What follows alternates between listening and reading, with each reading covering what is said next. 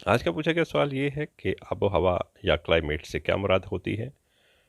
تو اس کا جواب یہ ہے کہ آب و ہوا کسی علاقے کا اوسط اوسط موسم ہے جو سال کے خاص عرصے یا مدت کے دوران اس علاقے پر برقرار رہے۔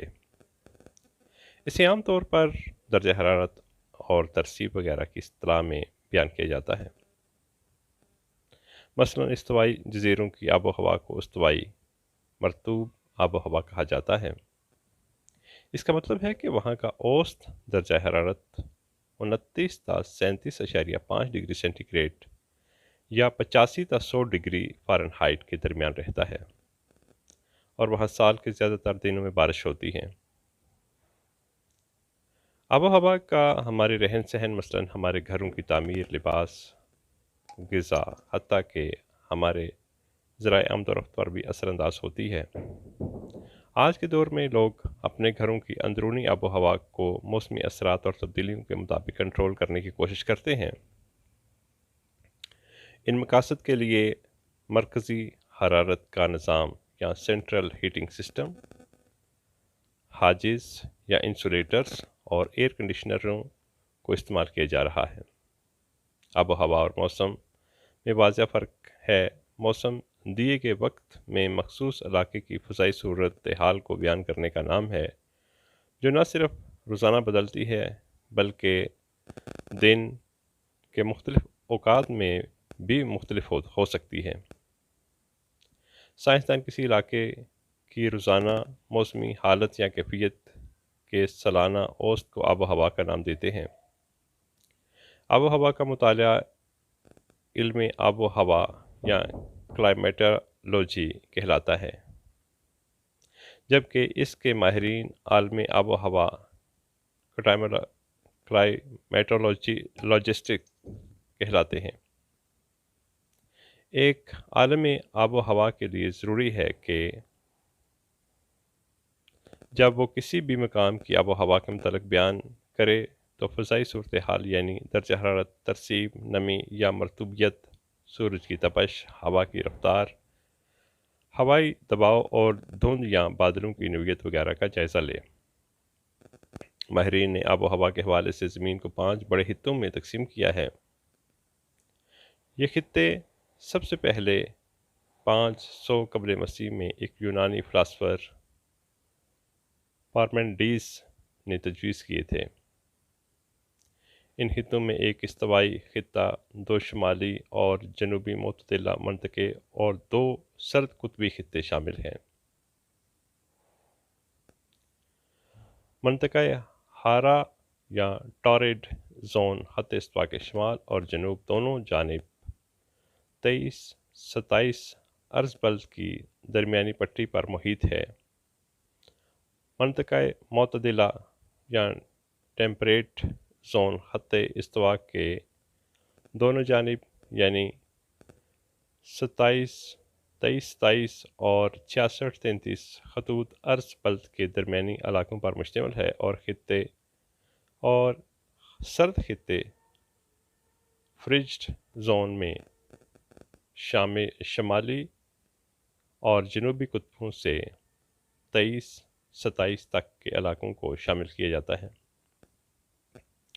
آب و ہوا کے لحاظ سے ان خطوں کو 12 ذیلی خطوں میں تقسیم کیا جاتا ہے، جن کی تفصیل کچھ اس طرح بنتی ہے: استوائی مرطوب، نمبر 2 استوائی مرطوب اور خشک، نمبر 3 سطح مرتفع، نمبر 4 صحرا، نمبر 5 لک و دک صحرا، نمبر 6 ذیلی استوائی، نمبر 7 ذیلی استوائی مرطوب، نمبر 8 سمندری مرطوب، نمبر 9 بری مرطوب، نمبر 10 ذیلی قطبی، نمبر 11 قطبی اور 12 قلعہ برف یعنی آئس کیپ کہلاتے ہیں۔ آب و ہوا مختلف کیوں ہوتی ہے؟ تو اس کی بھی کچھ وجوہات ہوتی ہیں۔ مختلف علاقوں کی آب و ہوا کے مختلف ہونے کے بے شمار وجوہات ہوتی ہیں، جن میں عرض بلد کا فرق، خشکی اور سمندری درجہ حرارت کا فرق ہے، اور زمینی سطح کے فرق شامل ہیں، لیکن عرض بلد کا فرق سب سے زیادہ بڑا فرق ہے۔ کوئی علاقہ شمال یا جنوب میں خط استوا سے جتنا دور ہوگا اس پر سورج کی شعاعیں اتنی ہی ترچھی پڑیں گی۔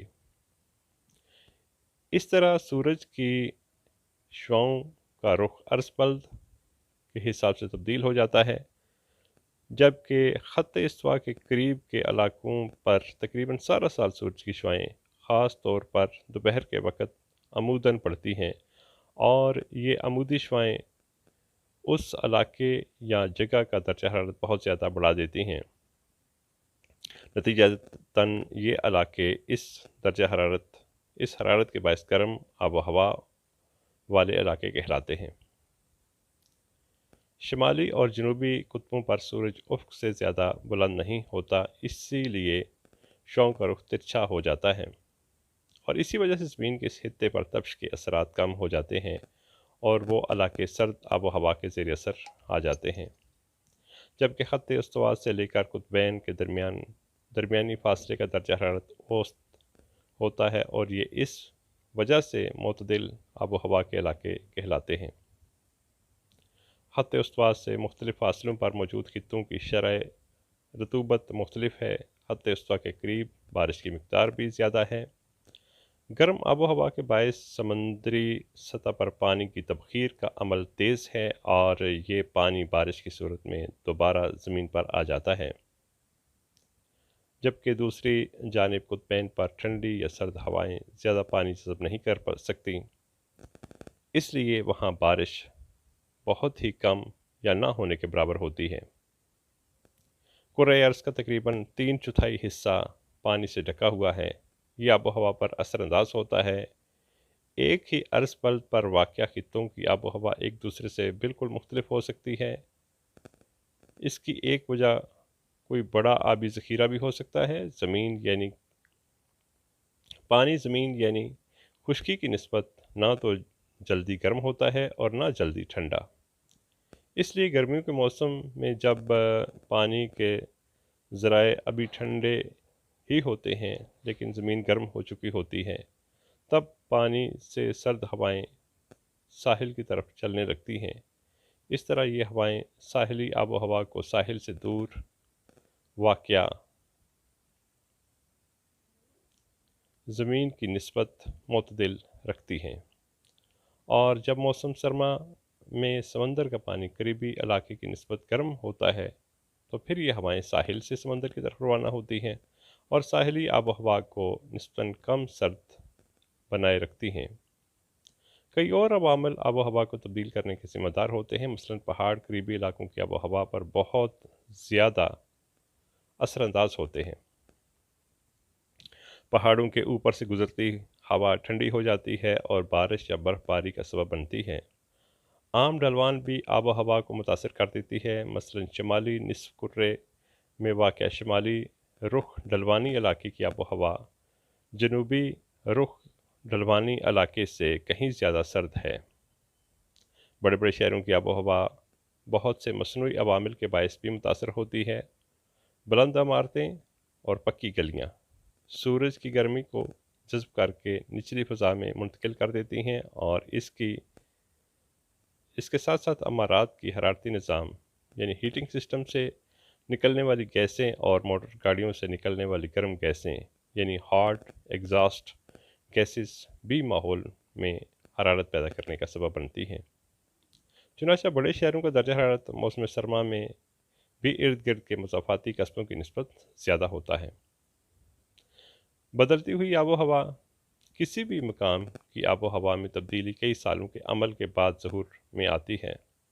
مثلاً کرۂ ارض کے ٹھنڈا ہونے کا ایک تدریجی عمل گزشتہ صدی کے 5ویں عشرے کے آخر میں شروع ہوا اور آج بھی جاری ہے، تاہم شمالی امریکہ 15,000 سال پہلے کے مقابلے میں زیادہ گرم ہے۔